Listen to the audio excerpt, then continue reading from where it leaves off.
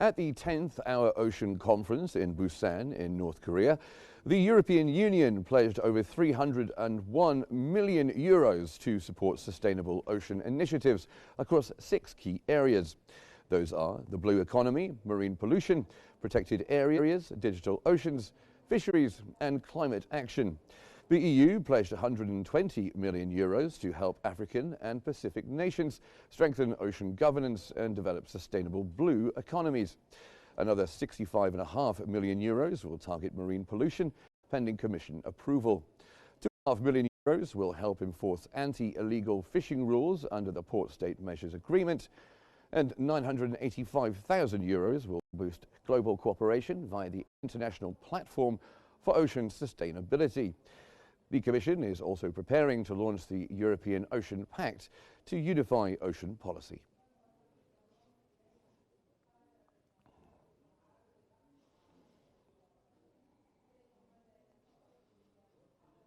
Cyprus is marking 21 years since joining the European Union, with President Nikos Christodoulides describing the accession as the country's most significant political and diplomatic achievement.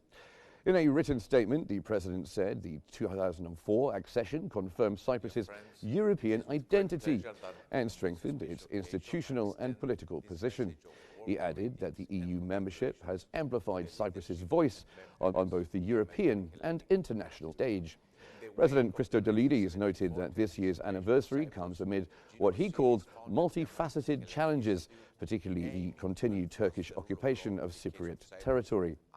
He reaffirmed that the EU membership remains Cyprus's strongest tool in efforts to resolve the Cyprus issue, stressing it is not just a national concern but a European one. The President concluded by reaffirming Cyprus's commitment to the EU's values and future. Greece, Turkey and the Eastern Mediterranean. 50 years after the illegal Turkish invasion and continued occupation of more than 36% of the territory of Cyprus, 50 years of missing people, destruction of cultural heritage and enforced division. The European Union delegation to Ukraine has opened applications for the 2025 edition of the EU Study Days online school, set to run from 26th of May through to the 12th of July 2025. Up to 40 participants will be selected to join the programme, which is open to high school students grades 9 through 11. Master's and final year bachelor's students and postgraduates under the age of 25. The course includes 10 online modules featuring lectures, webinars and interactive sessions covering EU history, institutions, values and Ukraine's path to European integration. Sessions will be led by both Ukrainian and European experts.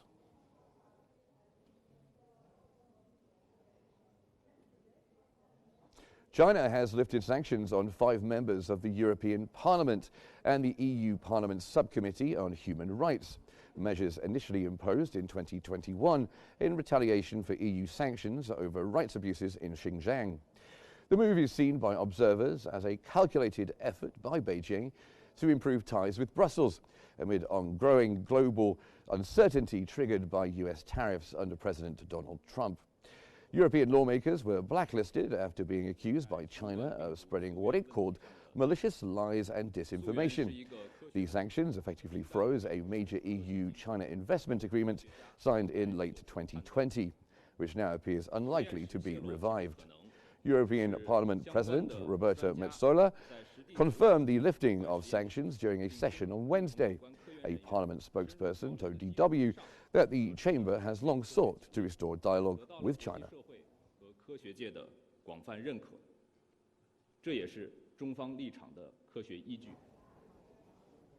Beijing has said it welcomes members of the European Parliament to visit China more often. Foreign Ministry spokesperson Guo Jikan emphasized the importance of China-EU legislative exchanges, noting that the 50th anniversary of diplomatic ties is this year. He highlighted the positive momentum in relations, particularly in economic and trade cooperation, which he described as mutually beneficial. He also expressed hope that both sides will work together to seize opportunities for further development.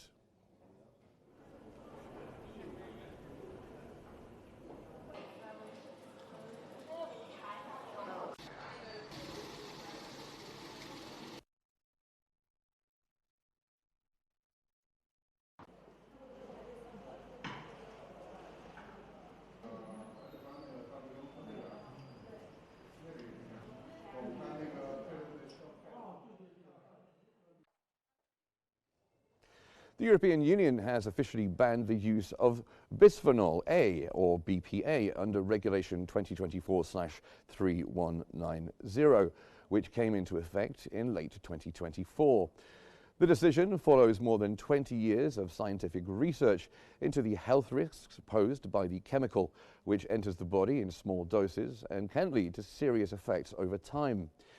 BPA is a synthetic compound commonly used to harden plastics, coat food containers, and prevent rust in cans. While once praised for its role in preserving food and extending shelf life, BPA has come under growing scrutiny for its impact on human health and the environment.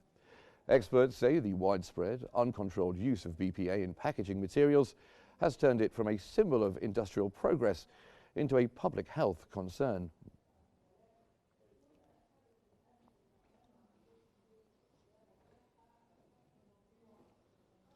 The EU has reaffirmed its support for sustainable inland fisheries in Cambodia through the Catfish Capture Programme. The initiative is led by Cambodia's Fisheries Administration under the Ministry of Agriculture, Forestry and Fisheries, with technical assistance from the UN's Food and Agriculture Organization. Funded by the EU's Development Cooperation Instruments, the programme promotes sustainable, climate resilient and inclusive growth in both freshwater and marine fisheries across the country.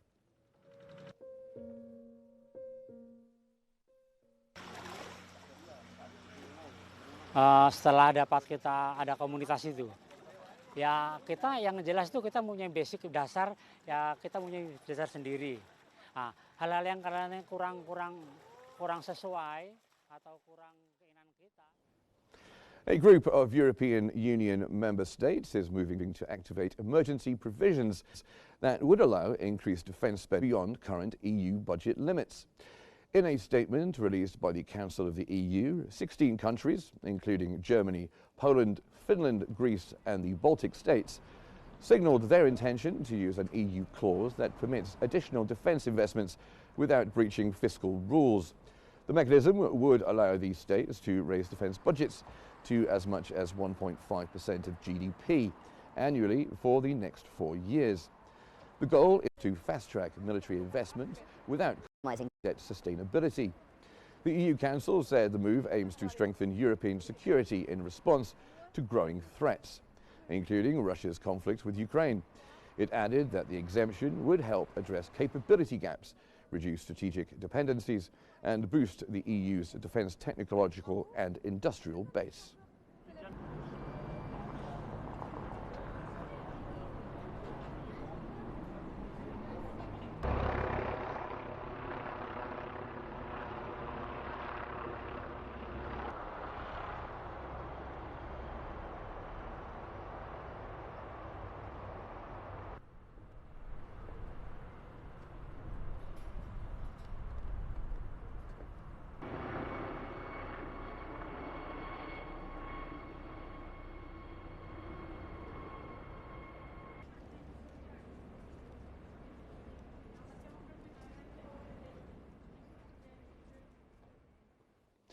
The seasonally adjusted GDP of the European Union in January to March this year has increased by 0.3% quarter by quarter. According to preliminary data from Eurostat, Eurozone economy grew by 0.4% quarter one, with annual GDP growth of 1.4% for the EU and 1.2% for the Euro area. Ireland saw the highest quarterly growth, 3.2%, while Hungary recorded a decline 0.2%. Germany, Italy and France grew by 0.2%, 0.2% and 0.1% respectively.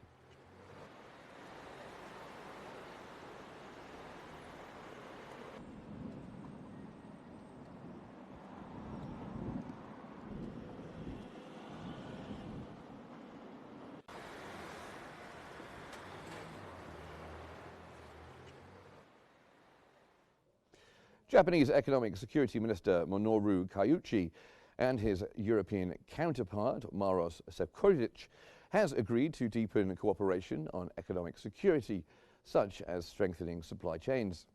After talks at the European Commission in Brussels, Kaiuchi highlighted the expanding scope of security to include economic and technological fields. He stressed the need for diverse supply chains and cooperation with both the US and European countries. Discussions with Šefčovič focused on economic security, especially amid concerns over US tariffs on global supply chains.